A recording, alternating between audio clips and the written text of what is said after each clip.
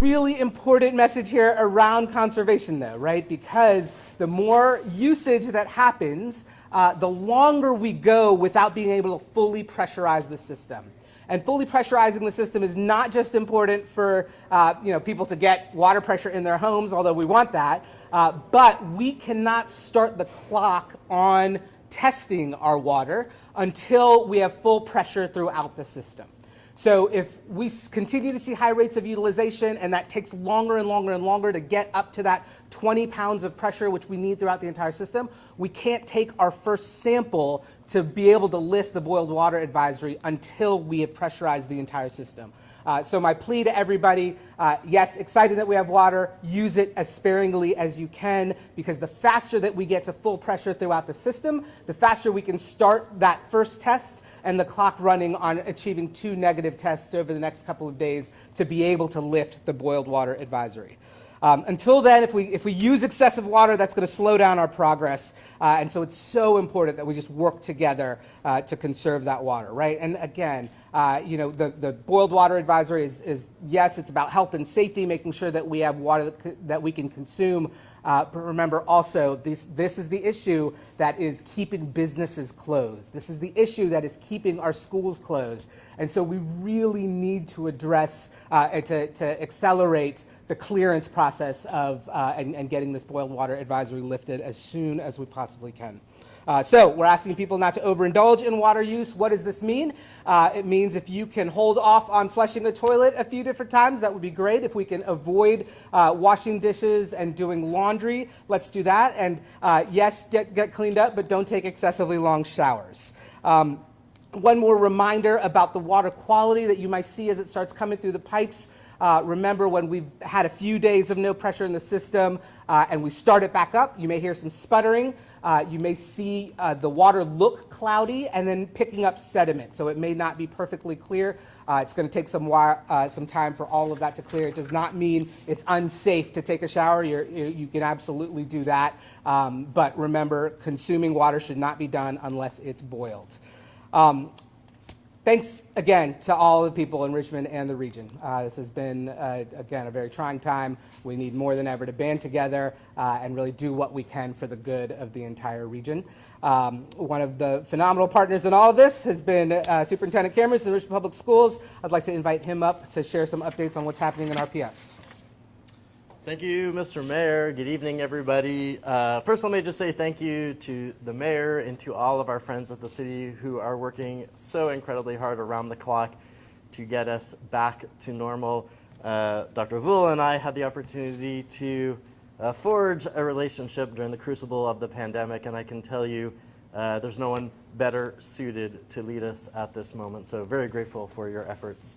As I shared earlier today, I have closed RPS for the remainder of the week, and that really comes down to the fact that we, as the mayor just indicated, are still not at the point where the testing can begin, and so once that begins, then we're at least 16 hours out, which is likely going to bring us into Friday, and we don't want to open school without potable water. That would prevent us, obviously, from kids being able to drink and teachers being able to drink, but it would also preclude us from opening up our kitchens. We're prohibited from doing so without safe, clean water. And so it would really limit the ability of the school system to operate. We also, once pressure is fully restored, are going to need to restart many of our boilers, check all of our plumbing systems. We don't just have the water pressure issue, but also we have extremely low temperatures. And so we have to check for any issues with any of our pipes once the pressure comes back on. All of that to say, we just did not feel it was safe to operate schools tomorrow or Friday. And so we will be closed and we will open on Monday. I don't make this decision lightly. I hate closing school. I say that as superintendent and as a parent. I know it is extremely inconvenient for many of our families, and I do apologize for that. But I have always made a commitment to RPS that we will put safety first, and safety dictates that we reopen on Monday. I do want to take the opportunity to remind everybody that RPS does a lot more than just teach reading and math. We are the source of food and so many social services for many children across Richmond. That is why today we partnered with Feedmore to give out several hundred meals at Cardinal Elementary School on the south side. These are prepackaged meals that don't require any cooking or any water.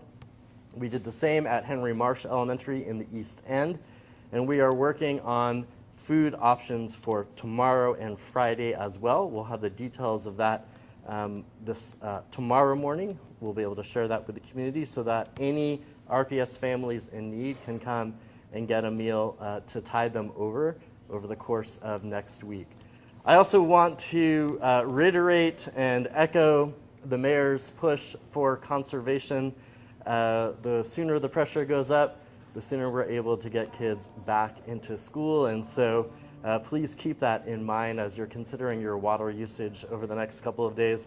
I also just want to say thank you to the entire RPS community, to our custodians who've been working to get our schools back in shape, and to our communications team that's been working around the clock to keep everybody informed, to our principals who have been caring for their school communities, to everybody else. I'm just so grateful and appreciative of the love and support from them and from the entire city of Richmond. Extremely grateful, and I'm happy to take any questions that anybody has about school operations. We'll do the same as before. We'll start from the left with Sarah and work our way down the line. And just please identify whether you're speaking to the superintendent or the mayor. For the superintendent, Yes. are we going to have to do any calendar adjustments to account for students missing full school? We haven't made that determination just yet. We'll do that as we get into next week. We do have some days built into the calendar, but I want to take a look at what holidays we have coming up. We'll put something out on that probably towards the end of next week. This is for Mayor Vula. I know that we struggled sort of to get the pumps back where we wanted. Has corrosion played any role in that? Has any corrosion in the pumps that's kind of contributed to that struggle? The question is, has corrosion played a role in any of the struggle to get pumps back online? Not that I know of. I mean, the major issue really was that many of these components were underwater, and so we had to open them up, dry them out, heat gun them, in some place replace fuses, replace other parts. So I don't know that corrosion was a big issue. I mean, again, I spent a lot of time in the water treatment plant Monday night and then again last night, and didn't see that as a major issue. As I said this morning, we will clearly be committed to a very thorough after-action report, and so we'll have a sense of, has that been an issue that's come up in the past and not been addressed, and did it play any part? But as of now, I don't know the answer to that. This is for Mayor Bula. If progress continues at this rate, what's the timeline for when people might be able to have enough pressure to shower or flush when needed? And the second part of that is, in Henrico Presser just now, officials said they're hoping to get Brina back online because the Churchill tank is now up and running. So does that mean Henrico's still using Richmond's water supply? That's always been the case. Do I need to repeat the questions, or is it helpful? Yes, okay. All right, Chair. Okay, the question was, in a Henrico press conference, they said that they're going to get Brina up and running, and why is Henrico using Richmond water? And sorry, Sabrina, what was the first question? And the other one is, if progress continues at this rate, what's the timeline for when people can expect having enough pressure to shower when needed or flush the toilets as needed? Okay, and when can people be able to shower and flush toilets as needed? So the Henrico question first. Our Richmond City Water Works is not designed to just support the city, right? It has supported almost the entirety of Hanover County, and then a big portion of the east end of Henrico and parts of Chesterfield as well. When all of this started on Monday, we reached out to our regional partners, said, hey, we may be facing some issues. And so our regional partners started to divert and look and rely on their other sources. So for the western end of Henrico, relying on other sources of water to come in, Chesterfield was able to switch to their plant where the Appomattox River feeds them. But Hanover doesn't have as much of that option. So almost entirely, like I said, dependent on Richmond's Water Works. Also, the east end of Henrico is dependent on that Churchill water tower. So it's just part of the design of both how the whole operation is funded, how our pipes have been built out over the years to support the region.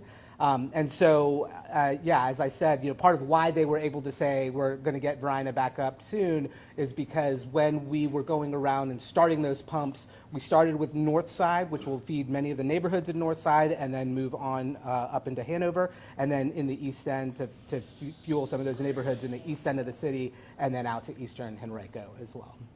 Timeline.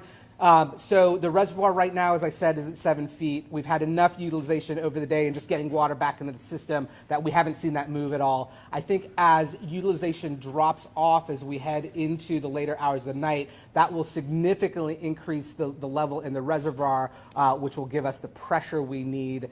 So, again, people can take a shower, and we're just asking that people use water sparingly. And there are many, many parts of the city and the region where they're already able to do that. So it's a really hard question to answer with any specificity. But I do think if we're continuing to fuel at 70 million gallons a day at that rate, and then we see, after hours, we'll see the reservoir levels get to a point where we're pressurizing the entire system. And my hope is that if we can get pressures high enough, we'll start that testing as soon as we hit 20 PSI throughout the entire system. Thanks, Rand. Question for superintendent cameras. So with the work that needs to be done once pressure is restored and incoming snow this weekend, is there any possibility of going virtual next week? No. No, we're coming back on Monday. I feel confident that the forecasts indicate that the snow event on Saturday won't be sufficient to cause any issues with Monday, and I am deeply committed to reopening on Monday morning. Yeah, question for Mayor Vula. I know you guys have said that after all of this, you're going to do a thorough review. You want to find out what exactly happened, what went wrong, what needs replacing. But like we just heard, there is snow coming on Saturday. Is there any risk of something going wrong again? The question is, with the impending weather event, is there a risk of something going wrong again? Listen, that risk always exists. We are doing everything we can to really accurately diagnose what happened, why did the power outage lead to flooding, and how do we avoid that from happening with this upcoming event. So we're doing a few things in preparation. I'll have more details on that tomorrow, but things like testing battery backup capacity, really understanding why the valves didn't open and led to flooding in the basement or in the wells. And so, yeah, I think that risk exists. Our job is to mitigate that risk, and so we're going to do everything we can to make sure that that doesn't happen again. Now, we also have the benefit of now having bypass tanks on site, right, and having a bunch of extra pumps to pump out the water. And so I hope it doesn't get to this, but obviously we would be more prepared with all of those additional equipment on site ready to go if something were to happen. But obviously we want to do everything we can to make sure it doesn't happen. Next question. Yeah, this is for Mayor Rivola. Could you give us an update on populations, in hospitals, so area hospitals, and then folks who might not have been able to get to any of the distribution centers that were going on today, just our vulnerable populations? Yeah, the question is, can I give an update on hospital populations and then water distribution to any other vulnerable populations? I don't actually have up-to-date information on the hospitals. I have a call that I was trying to plan later tonight with the heads of the hospitals just to check in and see how things are going. Our regional healthcare coalition has been driving a lot of the logistics around that, so making sure that these tankers that are coming in from outside the region are going to the hospitals to meet those water needs, but I don't have great information on that right now, I'm sorry. We have, in the city at least, had 11 water distribution sites. We will continue to run those sites and expand if needed and if able. We have a large amount of water coming in, as I mentioned this morning. Our state partners, the governor has done a great job of just reaching out to our private sector. I was just at an event with the governor where we were distributing water that Walmart had donated, and so they brought in 2 truckloads of water that we were donating to populations in the south side of the city. So I think we are we are in good shape as far as I can tell with distribution centers. We'll continue to monitor social media and 311 for people's requests and to try to get a sense of what the needs are. In addition to those 11 distribution sites, we are also doing, as I've mentioned over the last couple of days, more targeted deliveries to populations that aren't mobile, right? Senior living facilities, our jails, and so we'll continue that work. But absolutely, if you all can let us know what you're hearing in the community, and if there are other places that and pockets that we need to be distributing water to, that would be super helpful to us. Any last questions on this end of the room? Just here? Okay. Yeah, this is for Mayor Vula. In terms of DPW billing, especially for customers who bill are estimated, could they be charged with water that they didn't use? The question is, could DPU, I guess, in this Department of Utilities billing, could customers potentially be charged for water they did not use? I think the only scenario I can imagine is if there was a break in the line that was on the individuals, on the customer side of that, right? Because there's the water main and then it leads over into the property line. So if there are breaks and then there's leakage, that's a possibility. But we'll have to monitor. We'll need customers to contact us immediately if they're not getting, or if they see breakage and they see leaking out in the yard or somewhere else. That would be very helpful so that we can address those issues as soon as they come up. Thanks, everybody. Thanks all.